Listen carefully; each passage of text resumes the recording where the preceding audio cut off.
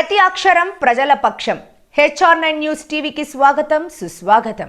ఉమ్మడి అనంతపురం జిల్లాలో కళ్యాణదుర్గం తాలూకా కంబదూరు మండలంలో ఓపిగానిపల్లిలో MAF రాష్ట్ర ఉపాధ్యక్షుడు వై గంగాధర్, MAF సీనియర్ నాయకులు మల్లికార్జున ఆధ్వర్యంలో ఓపిగానిపల్లి గ్రామంలో కళా మండలి నాయకులు CM నరసింహులు, MSF మంజునాథ్ మరియు యువ నాయకులు, మహిళలు, విద్యార్థులు ర్యాలీగా గ్రామం మొత్తం తిరిగి జై మాదిగా జై జై మాదిగా నినాదాలు చేస్తూ RDT కమ్యూనిటీ హాల్ నందు ఏర్పాటు చేసిన సభ ప్రాంగణంకు చేరుకొని అక్కడ ఏర్పాటు చేసిన MRPS 30వ ఆవిర్భావ దినోత్సవాన్ని పురస్కరించుకొని సామ్రాట్ KB మధు మాదిగ ఉమ్మడి జిల్లా అధ్యక్షులు దండోరా జెండాను ఎగరవేసి అనంతరం మధు మాట్లాడుతూ 1994లో SC వర్గీకరణ కోసం ఏర్పడిన ఉద్యమం 2024న మానవతా ఉద్యమంగా ఎదిగి ఈ రోజు సమాజానికి ఆదర్శవంతంగా మాన్య శ్రీ మందకృష్ణ మాదిగ పోరాటం గల్లీ నుండి ఢిల్లీ వరకు బలోపేతం చేసి జాతి ప్రయోజనాలతో పాటు అట్టడుగున ఉన్న పేద ప్రజల హక్కుల కోసం దగా పడ్డ వారిని రక్షిస్తూ సమాజాన్ని పరిరక్షిస్తూ నిరంతరం శ్రమిస్తున్న నాయకులు మందకృష్ణ మాదిగ అని తెలిపారు.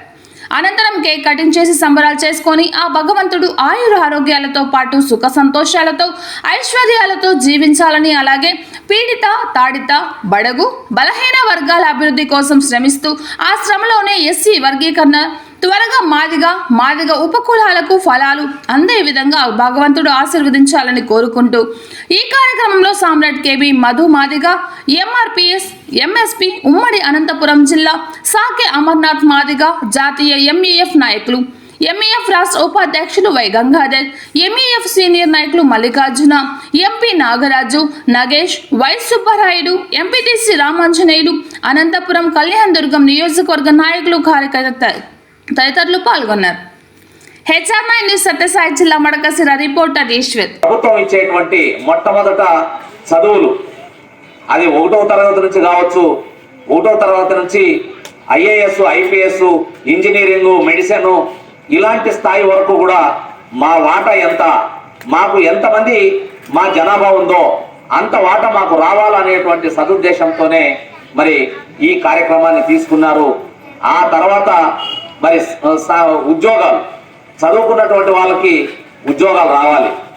ఆ ఉద్యోగాలు వచ్చేటువంటి క్రమంలో కూడా మాకు 15% ప్రభుత్వం ఇస్తూ ఉంటే ఆ 15%లో 59 కులాలకు కూడా మరి ఎంతమంది మరి అర్హత ఉన్నారో ఆ జనాభా దామాష ప్రకారంగా మాకు అన్ని ఉద్యోగాలు రావాలనేటువంటిది ముఖ్య ఉద్దేశం. తర్వాత సంక్షేమ రంగాలు అంటే మనకు భూమి కావచ్చు, లేదంటే బావులు కావచ్చు, బోర్లు కావచ్చు, లేదంటే లోన్లు కావచ్చు, ఇలాంటి వాటిలన్నింటిలో కూడా మా వాటా, కేంద్ర ప్రభుత్వం ఇచ్చేటువంటి వాటా, అదేవిధంగా రాష్ట్ర ప్రభుత్వం ఇచ్చేటువంటి వాటా మాకు రావాలనేటువంటి సదుద్దేశంతోనే ఈ ఉద్యమం నడుస్తూ ఉంది. ఇవి కాకుండా రాజకీయంగా కూడా ఇప్పుడు ఈరోజు మన రామాంజనేయులన్న ఎంపీటీసీనో జెడ్పీటీసీనో ఏదో చెప్పారు. ఎంపీటీసీ ఈ ఊర్లో 100 కుటుంబాలు ఉన్నాయి.